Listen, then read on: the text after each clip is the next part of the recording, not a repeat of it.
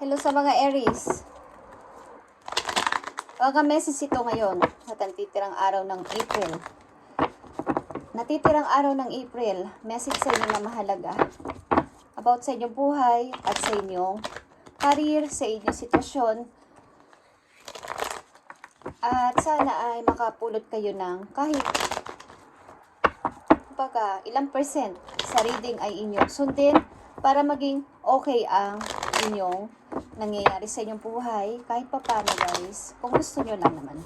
Okay, Aries, message sa'yo na yung guardian angel. Thank you, Spirit. Okay, Aries, andito ang spiritual teacher. The spiritual teacher. Maaaring ito ay mga tagapagturo, advisor sa inyong lugar o sa inyong malalapit na tao sa buhay ninyo na maaari kayong bigyan ng advice o tulong. Maging ito man ay sa inyong emotional or lalo na sa inyong spiritual, Aries.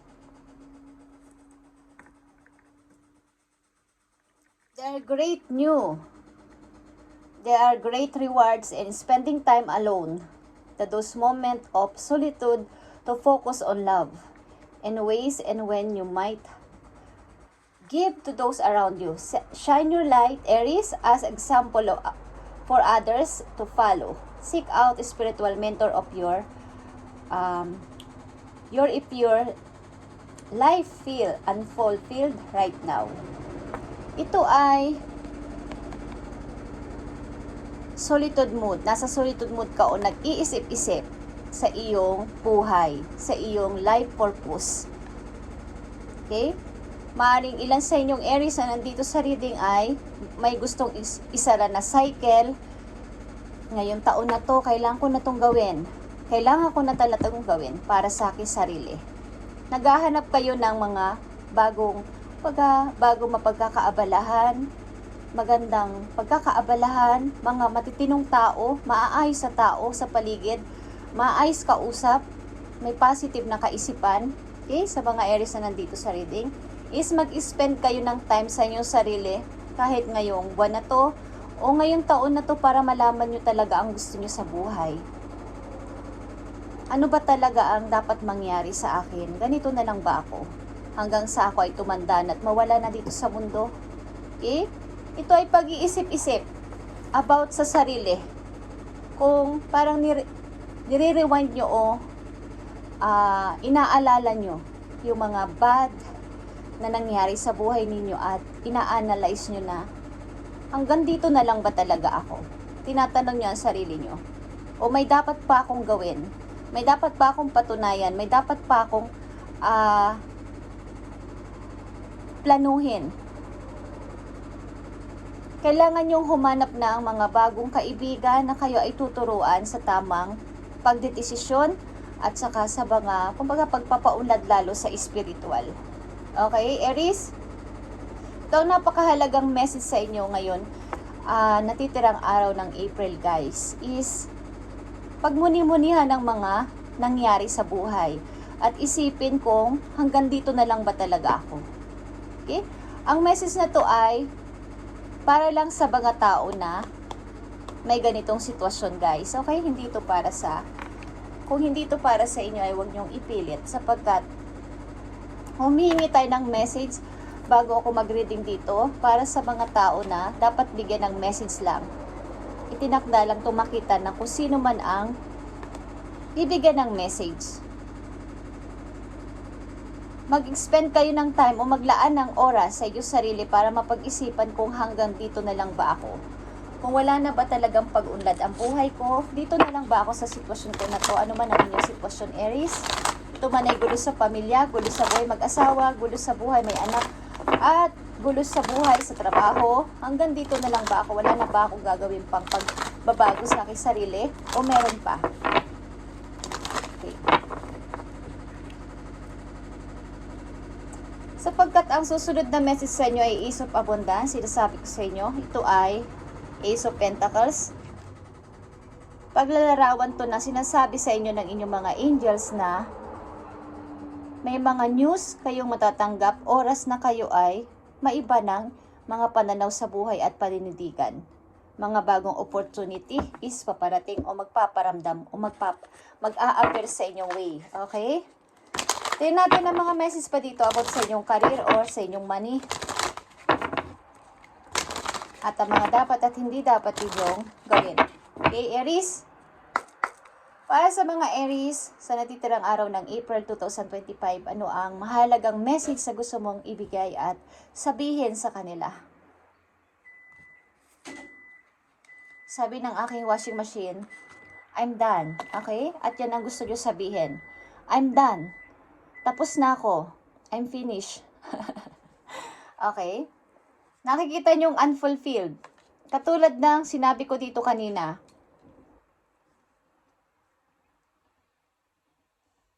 Seek out a spiritual mentor of your own if your life feels unfulfilled right now. Kung ikaw ay hindi, hindi ako masaya sa ginagawa ko. Hindi ako masaya sa sitwasyon ko. Hindi ako masaya sa trabaho ko. Unfulfilled. Okay? Hindi satisfied. Nandito sa una niyong message. Is seek a mentor. Maghanap kayo ng mga tao o makakatagpo kayo ng tao magtuturo sa inyo ng ganitong dapat ninyong gawin. At ito din ang inyong second message, unfulfilled. Thank you, Spirit. Reflect on your wants and needs and consider making a change. Baga, nandito nga yung solitude mood. Nasa solitude mood kayo, nasa silent mood, sa pagmumuni-muni, Aries, at nararamdaman nyo na unfulfilled ako. Hindi ako masaya. Dito sa sitwasyon ko, dito sa pamilya ko, dito sa kinakasama ko, dito sa trabaho ko. Sapagkat maaaring ito ay sa trabaho, guys, reflect kung ano ang inyo talagang gusto at kailangan at gawin ng mabilisang pagbabago. Halimbawa, pagpapalit ng work. Hindi man ito madali. Bawa, step by step, mangyayari ito kung meron kayong gagawing pagde-decide. Paghahanap. Siyempre, tutulungan kayo ng inyong mga angels, ni God, ni universe, dahil ginagawa ninyo ang dapat gawin. Gumagawa kayo ng hakbang, so may tutulong sa inyo sa heaven. Kaya nga may kasabihan na sa tao ang gawa na sa Diyos ang awa. Kung wala namang ginagawang isang tao at nananalangin lang everyday, hindi naman kumikilos, hindi naman nagde-decide, paano kayo tutulungan ni Lord kung wala namang kayong ginagawang action at decision? Kung hanggang panalangin lang ng panalangin, di ba? You might be emotionally attached to a job that no longer serve you. Naapektuhan ka ang iyong emotion sa iyong trabaho. Feeling mo kasi hindi mo deserve yun. Yung mga natatanggap mo. Halimbawa, sahod, position, pagtrato ng mga kasamaan sa trabaho, boss sa trabaho, hindi patas. Hindi ko deserve yun. Parang, binibigay ko ang lahat kong effort. Ako lahat ang gumagawa nito, nag-iisip ng idea, nagbibigay ng mga idea, tumutulong, nagbibigay ng maraming oras. Pero bakit yung iba ang napapansin, yung iba ang tumatas ang position, yung iba yung pinapaboran? Laging mainit ang ulo sa akin. Okay, hindi nyo deserve ang ganong trabaho, guys, ang ganong company. Kaya maghanap kayo ng ibang trabaho hanggat maaari. Okay? Hindi ka happy sa yung income. Kaya kailangan mo mag-change ng career, but ikaw ay takot. Okay. Kumbaga, pag nakita at napanood nyo ang video na to ay, yun yung idea na magsasabi sa inyo na kaya pinapadalahan ng message, guys. Okay?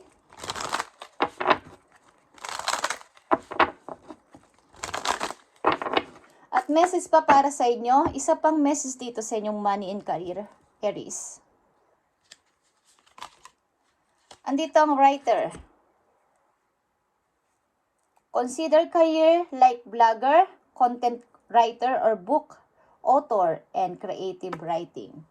Maaaring ilan sa inyo ay hinihikayat na mag-vlog, something, gumawa ng mga content na uso ngayon sa social media. Gawin nyo, guys, kung kinakailangan kung kayo ay isang Aries, sapagkat kayo ay sisikat doon, guys, or magsulat na mga novel, something na may kinalaman sa pagsusulat.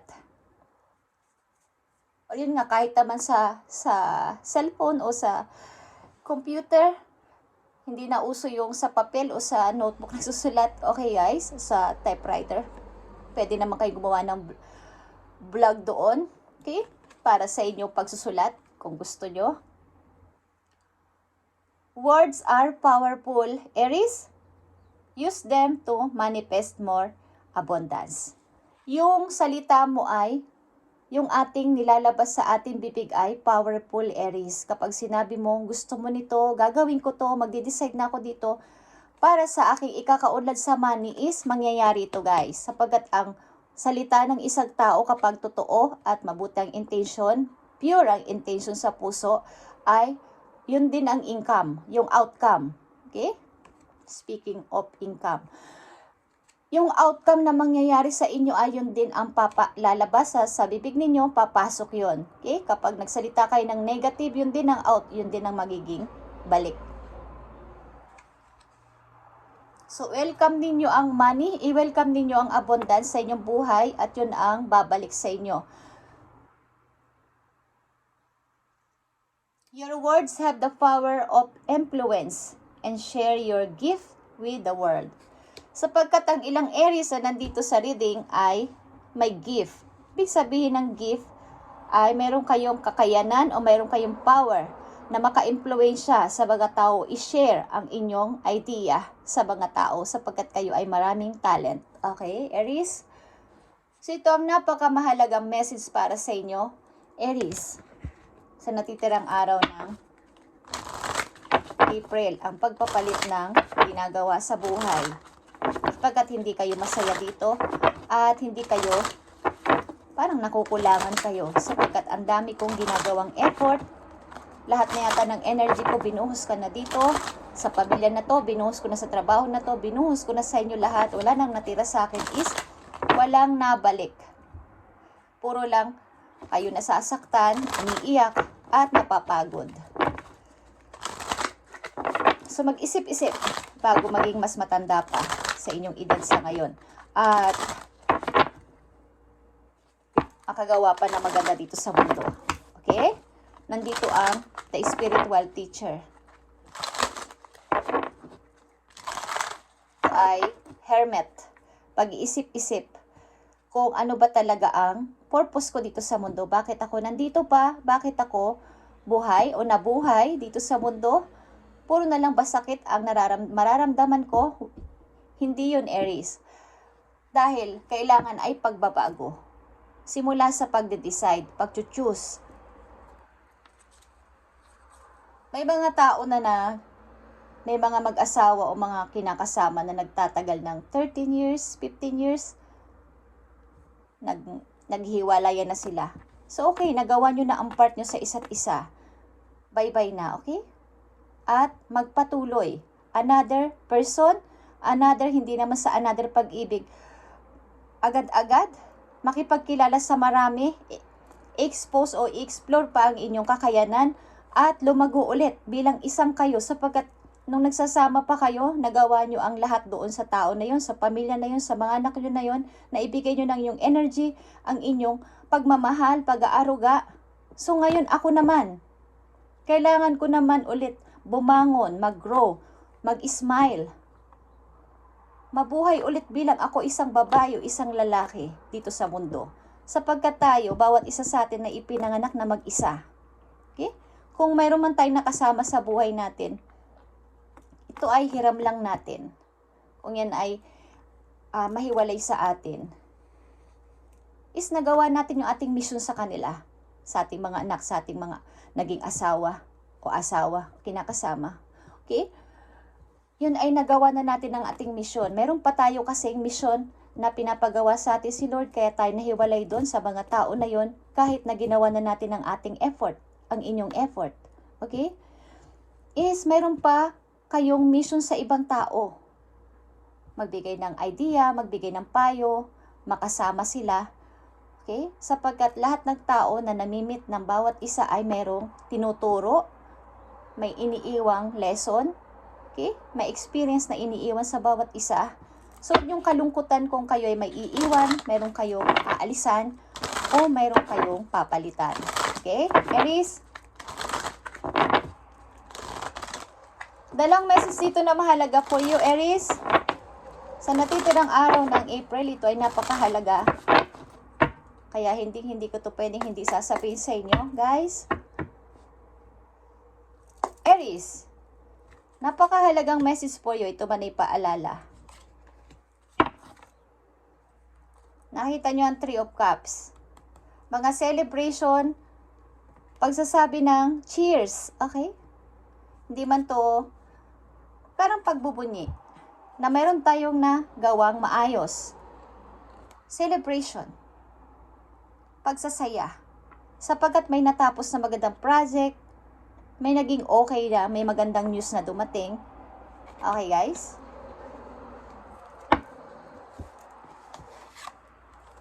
Nandito ang 7 of Cups. Aries, simula sa araw na to, maaari may mga pagpipilian kang mga tao o sitwasyon na magpapagulo sa iyong isipan, kaya choose wisely. Okay, Aries, ito ay about sa tao, sa person na inyong pipiliin kung sino sa kanila. At 9 of Pentacles. Okay? Pagsagana at pag-unlad sa money. Guys, na nakasalalay ito dito sa taong inyong pipiliin. Gaganda ang buhay nyo dito, kaya choose wisely, sapagkat ito ay maraming offer. Maraming Aries, ako na lang piliin mo. Aries, gusto kita. Aries, ako na lang, sa akin ka na lang magpakasal. Meron, guys. So, pagmumulan ito ng inyong kaperahan. So, choose wisely, Aries. Choose wisely. Yan ang mahalagang message for you, Aries. At isang message dito, silipin natin ang inyong pag-ibig. Silipin lang natin, guys.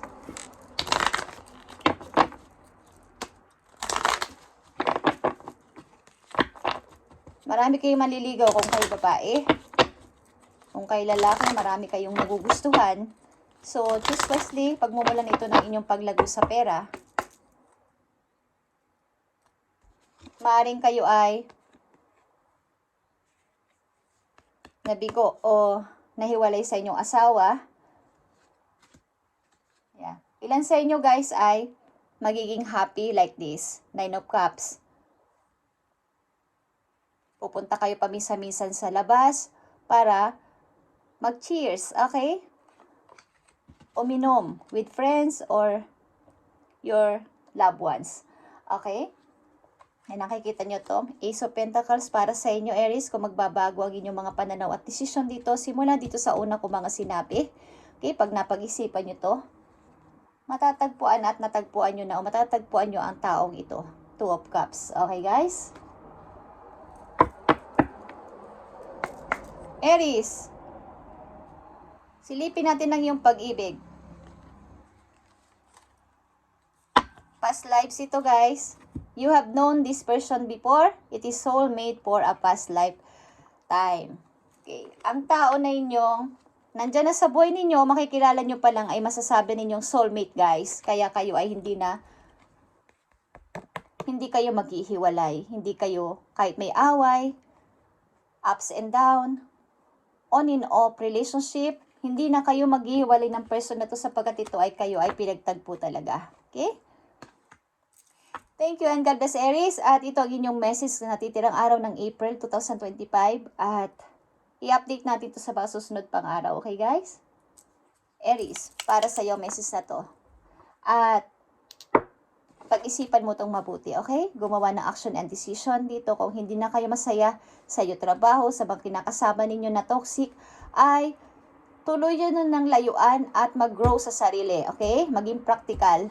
At sayang ang energy, sayang ang oras, tatanda kayo at doon pa lang kayo mag-iisip na 70, 80 na kayo at wala na yung magagawa pa, Aries. Okay? Thank you and God bless.